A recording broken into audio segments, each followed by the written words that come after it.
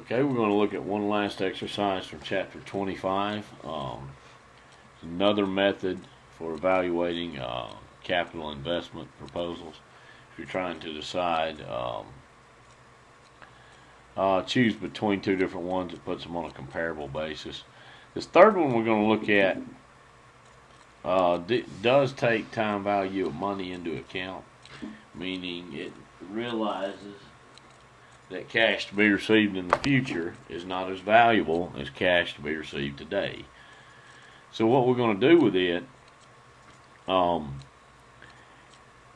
going to multiply each year's cash flows by a factor from the table of present value of $1, and this one is going to be at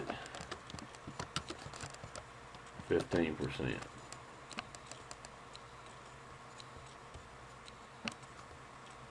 Okay, I got that from the problem. Let's read through the problem. The following data are accumulated by Dillon Company in evaluating the purchase of $39,600 of equipment having a 4-year useful life. Here they're not picking between two proposals, but they're taking one piece of equipment that they're thinking about buying. They're going to take the present value of the future cash flows it's expected to generate, and they're going to compare that to its cost.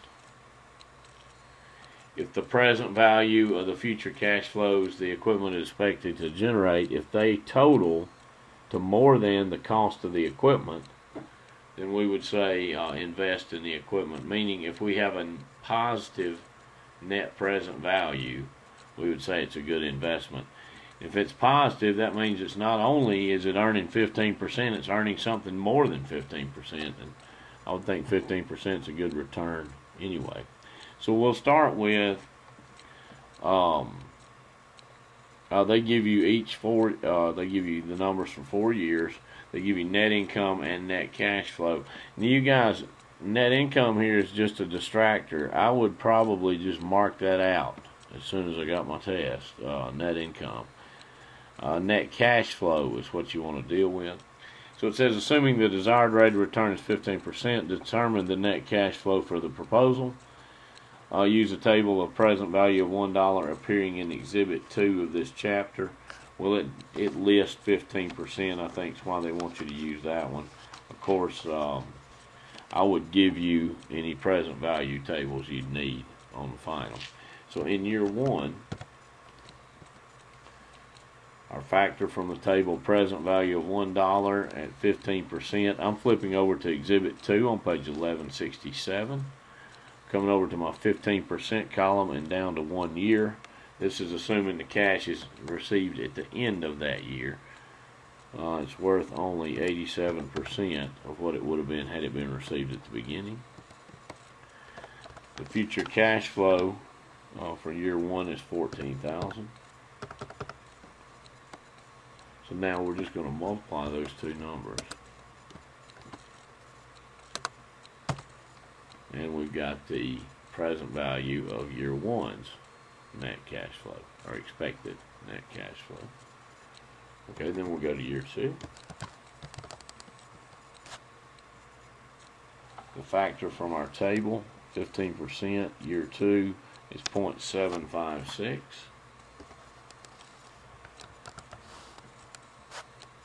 The cash flow that year is expected to be $18,000. Again, we'll multiply.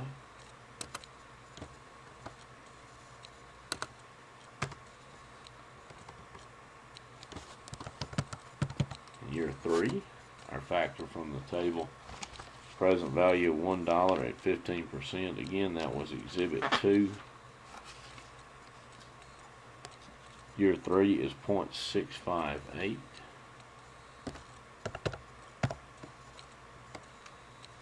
Cash flow that year is expected to be $17,000.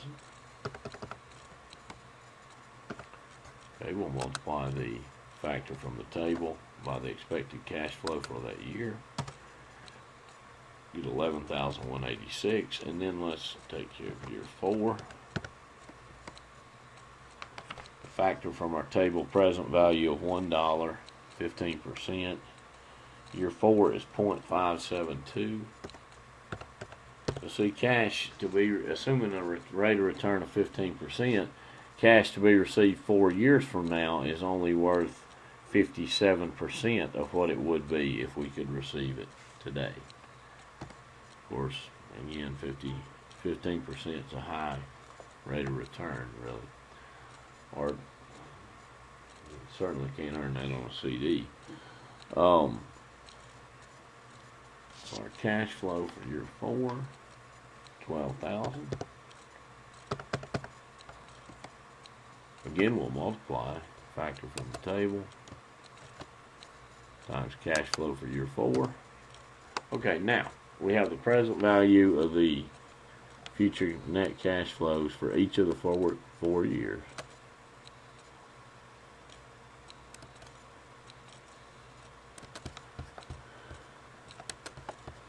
Okay, I'll sum that column. We get 43,838. Okay, now we want to deduct the cost of the equipment, which is also, of course, in today's dollars, right? We're buying it, we're thinking of buying it today. Now these future net cash flows are in today's dollars, and we can compare the two. And we find here that the present value of the future cash to be generated exceeds the cost of the equipment. We'll say 43,838 minus 39,600, and that gets us $4,238. That's called our net present value, or it's affectionately known as NPV.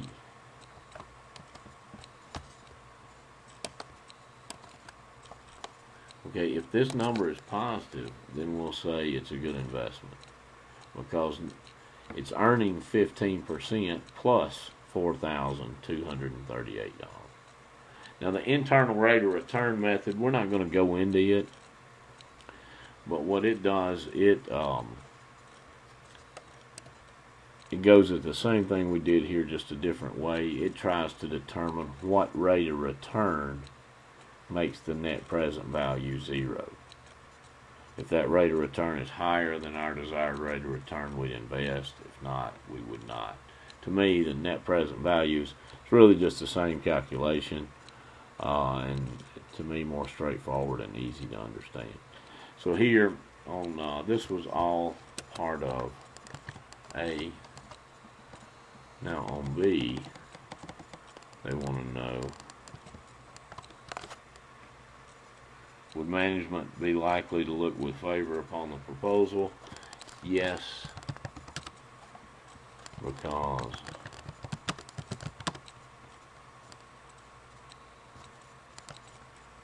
proposal earned $4,238 above 15%. Their desired rate of return.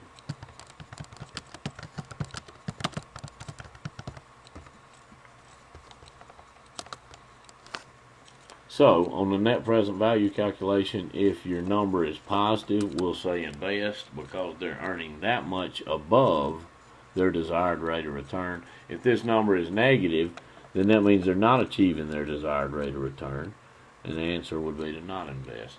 The problem, again, you guys, as I mentioned earlier, estimating these future net cash flows, that's tricky business. Just depends on the business, depends on lots of things that we don't know, of course, in this exercise. But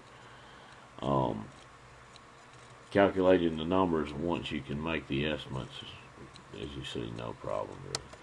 If you have questions, please let me know. And just be practicing these problems in